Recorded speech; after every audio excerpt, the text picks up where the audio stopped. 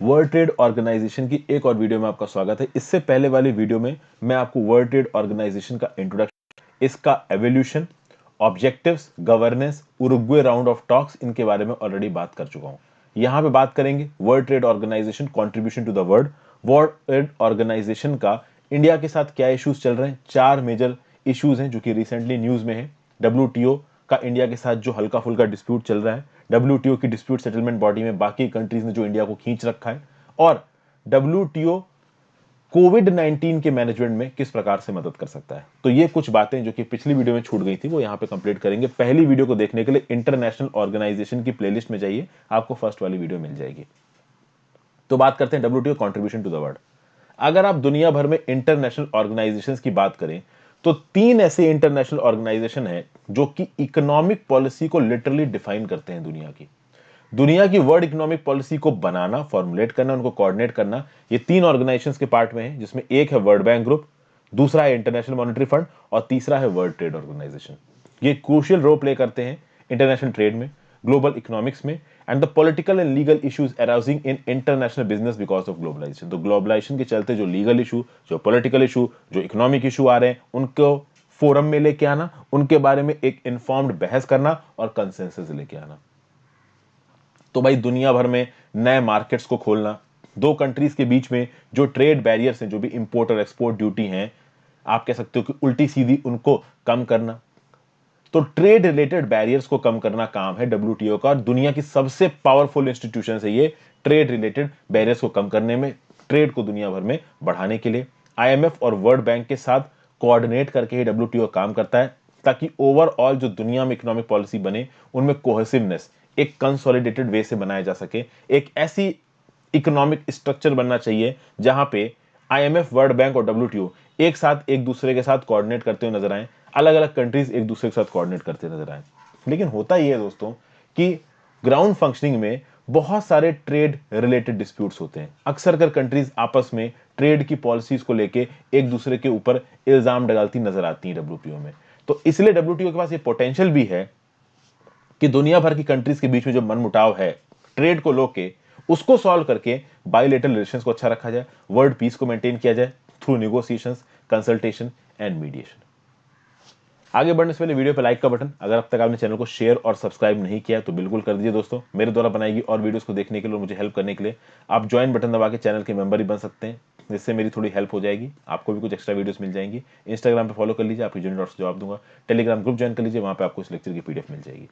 तो भाई global trade rules, जो भी डिसीजंस डब्ल्यूटीओ में लिए जाते हैं वो कंसेंसस के थ्रू लिए जाते हैं। ऑब्वियस सी बात है, जब भी बहस होती है किसी एक रूल को लेके, सारी कंट्रीज आपस में बैठ के बातचीत करती हैं। बातचीत करने के बाद कुछ लोग कंसेशंस करते हैं, कुछ लोगों को फायदा होता है, और फाइनली जो फाइनल नियम बनता है वो नियम सारी कंट्रीज मान रही होती हैं, और उन नियमों को मेंबर पार्लियामेंट्स रेटिफाई भी करती हैं, जिससे प्रॉस्पेरस, पीसफुल और अकाउंटेबल इकोनॉमिक वर्ल्ड होगा।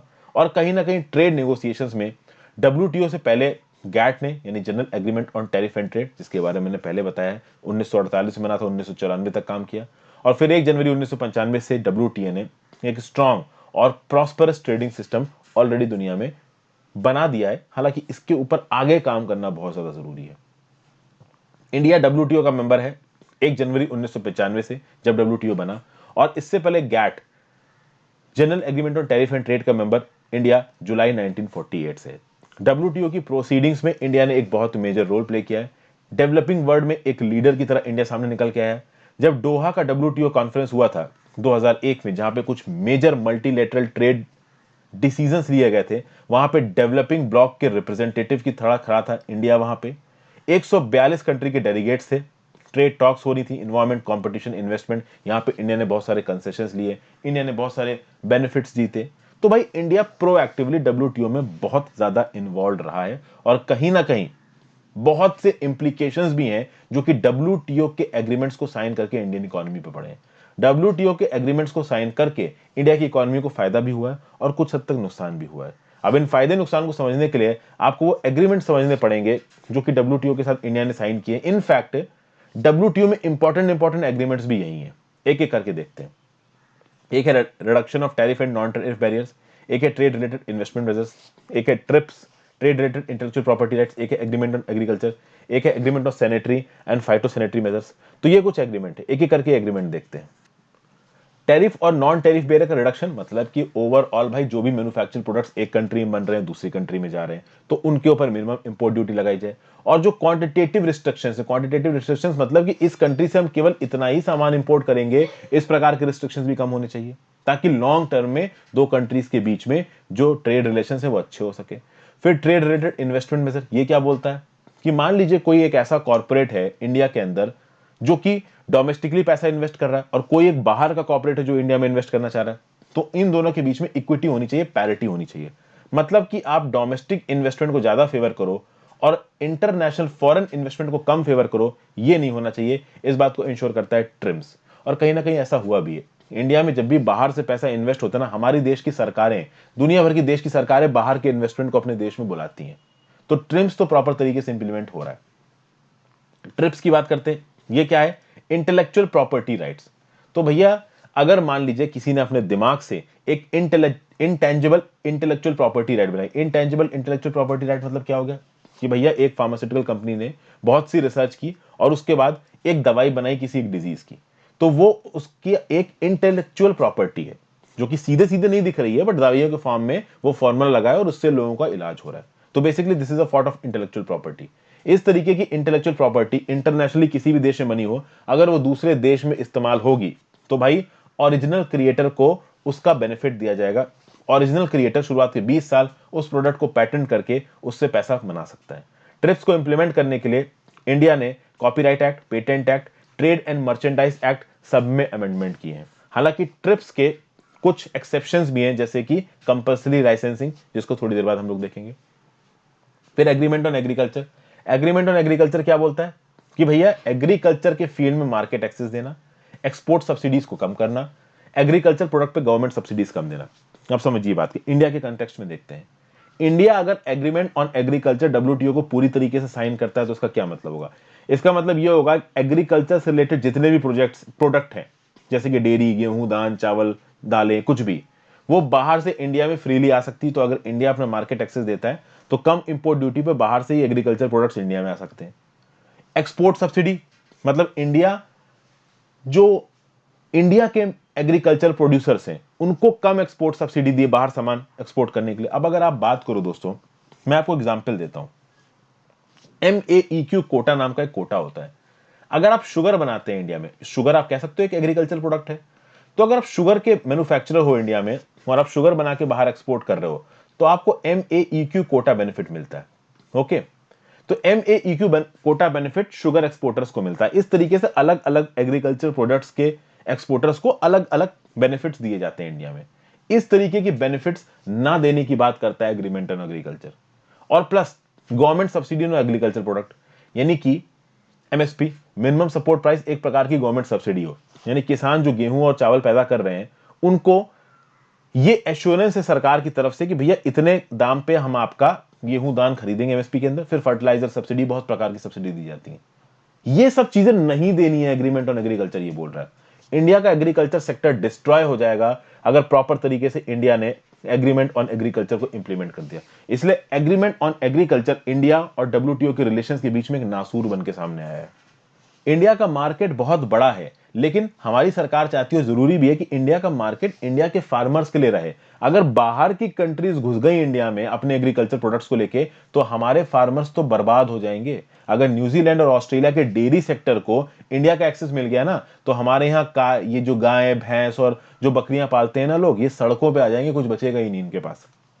तो एग्रीमेंट ऑन एग्रीकल्चर, इसको पूरी तरीके से इंडिया लागू नहीं कर सकता, ऑब्वियसली एक्सेप्शंस के साथ इसको इंडिया में लागू किया जाता है। फिर आगे बात करते हैं agreement on sanitary and phytosanitary measures. Customs में दोस्तों जब भी सामान इंडिया के बाहर एक्सपोर्ट होता है तो ये सैनिटरी और फाइटोसैनिटरी सर्टिफिकेट लगता है। इस सर्टिफिकेट का मतलब क्या होता है? इस सर्टिफिकेट का मतलब ये होता है कि जो भी सामान इंडिया के बाहर एक्सपोर्ट किया जा रहा है उसमें जर्म्स, बैक्टीरिया नहीं है, इंटरनेशनल सेफ्टी स्टैंडर्ड्स के साथ वो कंप्लाई कर रहा है। और अगर agreement on sanitary and phytosanitary measures के अंदर जो ये इंटरनेशनल स्टैंडर्ड्स दे रखे हैं जर्म्स और बैक्टीरिया के, अगर ये मीट नहीं हुए तो भैया उस कंट्री के एक्सपोर्ट को रिस्ट्रिक्ट भी किया जा सकता है। तो इंडिया से मेरीन फूड, प्रोसेस्ड फूड या अदर पैक्ड फूड सैनिटरी और फाइटोसैनिटरी नॉर्म्स को फुलफिल नहीं करता है तो इंडिया से इन चीजों का एक्सपोर्ट बंद भी किया जा सकता है डब्ल्यूटीओ के इस अरेंजमेंट के अंदर। इसलिए जब भी इस प्रकार का कोई प्रोडक्ट इंडिया से एक्सपोर्ट होता है, दुनिया किसी भी कंट्री से एक्सपोर्ट होता है जो कि डब्ल्यूटीओ की मेंबर है, तो उसको एक फाइटोसैनिटरी सर्टिफिकेट लगता है। उसके बाद अभी इंडिया के साथ डब्ल्यूटीओ के रीसेंट इश्यूज को देखते हैं। इंडिया प्रोएक्टिवली इन्वॉल्व रहता है डब्ल्यूटीओ की आप कह सकते हैं फंक्शनिंग में। डब्ल्यूटीओ में इंडिया के खिलाफ, और ये इंडिया के खिलाफ बोल लीजिए, ओवरऑल बहुत सारे फील्ड्स में इंडिया और डब्ल्यूटीओ के इश्यूज चल रहे हैं। और ये इश्यूज केवल डब्ल्यूटीओ के इंडिया के साथ नहीं, बाकी बहुत सी कंट्रीज के साथ है। जैसे कि पहला, ban of Chinese mobile apps. China की बहुत सारी मोबाइल ऐप्स को इंडिया ने बैन कर दिया, जिसके चलते चाइना ने बोला कि हम डब्ल्यूटीओ में जाएंगे और इंडिया के इस डिसीजन के अगेंस्ट अपील फाइल करेंगे। इंडिया ने बोला कि भाई हम तो अपने इंफॉर्मेशन टेक्नोलॉजी एक्ट के अंदर अपनी नेशनल और इंटरनल सिक्योरिटी को बनाने के लिए चाइनी की मोबाइल ऐप बैन कर रहे हैं। चाइना ने बोला आपने गलत तरीके से बैन किया है, डब्ल्यूटीओ के डिस्प्यूट सेटलमेंट में खींचेंगे आपको। तो एक इशू ये चल रहा है। फिर एक इशू है issues related to peace clause. ये जो एग्रीमेंट ऑन एग्रीकल्चर है ना दोस्तों, इसका सेक्शन 13 पीस क्लॉज बोला जाता है। पीस क्लॉज क्या है? देखिए भाई, एग्रीकल्चर सेक्टर में मैंने आपको बताया कि बहुत सारी सब्सिडीज देते हैं गवर्नमेंट अपने फार्मर्स को। अभी भाई गवर्नमेंट अपने फार्मर्स को एक लिमिट से ज्यादा अगर सब्सिडी दे रखी है, तो भाई पीस क्लॉज के चलते इंडिया की सरकार को जो बाकी कंट्रीज है वो डब्ल्यूटीओ में खींच सकती। तो मान लीजिए कि इंडिया का जो डेयरी सेक्टर है वो न्यूजीलैंड और ऑस्ट्रेलिया जैसी कंट्रीज के लिए बंद है, और हमारी देश की सरकार हमारे डेयरी सेक्टर को बहुत सारी सब्सिडी दे रही है। मैं आपको एक एग्जांपल बता रहा हूं। तो ऐसे केसेस में पीस क्लॉज को अगर पूरी तरीके से अडेयर करता है इंडिया, एग्रीमेंट ऑन एग्रीकल्चर को अडेयर करता है, तो न्यूजीलैंड और ऑस्ट्रेलिया की सरकार डब्ल्यूटीओ में इंडिया को घसीट सकती है और इंडिया के ऊपर इल्जाम लगा सकती है कि भाई ये पीस क्लॉज का गलत इस्तेमाल करके अपने डेयरी मार्केट को हमारे प्रोडक्ट्स के लिए बंद कर रहे हैं। समझ गए? फिर information and communication technology tariff case. तो भैया इंडिया में जो भी आईटी प्रोडक्ट्स इंपोर्ट होते हैं, जैसे कि फॉर एग्जांपल तैपई नाम की जगह है ताइवान में, ताइवान की कैपिटल है तैपई। अभी तैपई और ताइवान दुनिया का one of the largest semiconductor और इंटीग्रेटेड चिप्स और आप कह सकते हो कि इलेक्ट्रॉनिक इक्विपमेंट्स का बहुत बड़ा मैन्युफैक्चरर है ताइवान। ताइवान के इलेक्ट्रॉनिक कंपोनेंट्स इंडिया में आते हैं, जापान के इलेक्ट्रॉनिक कंपोनेंट्स इंडिया में आते हैं। तो जापान और तैवई पहुंच गए डब्ल्यूटीओ की डिस्प्यूट सेटलमेंट बॉडी में, और वहां पे जाके बोला कि ये जो इंडिया है वो हमारे प्रोडक्ट्स के ऊपर ज्यादा इंपोर्ट ड्यूटी लगा रहा है, जिसको बोला गया आईसीटी टैरिफ केस। फिर इसी प्रकार से फिशरीज सब्सिडी है। अभी क्या होता है, फिशरीज एक बहुत अलग ही सेंसिटिव प्रकार का टॉपिक है दोस्तों। दुनिया भर की कंट्रीज फिशरीज को सब्सिडी देती हैं, केवल इंडिया नहीं, इवन डेवलप्ड कंट्रीज भी फिशरीज को सब्सिडी देती हैं। अब यहां पे अगर आप कंपैरेटिव देखें, कंपेयर करेंगे, तो इंडिया का अपने फिशरीज सेक्टर को सब्सिडी देना बहुत जरूरी है, क्योंकि कहीं ना कहीं डेवलप्ड कंट्रीज में जो फिशरमैन है उनके पास अच्छे फिशिंग व्हीकल्स आ गए हैं, अच्छे फिशिंग बोट्स आ गए हैं, उनकी जो फिशिंग टेक्नोलॉजी है वो काफी एडवांस हो चुकी है। इंडिया की फिशिंग टेक्नोलॉजी अभी उतनी एडवांस नहीं हुई है। इसीलिए फिशरीज सब्सिडीज, इंडिया को अपने फिशरमैन को फिशरीज सब्सिडी देना जरूरी है। अब यहां पे बहुत सारे इश्यूज उठाते हैं, केवल इंडिया कंसेप्ट में नहीं। कभी कभी क्या होता है कि जब फिशिंग होने लगती है तो अनसस्टेनेबल तरीके से फिशिंग होने लगती है।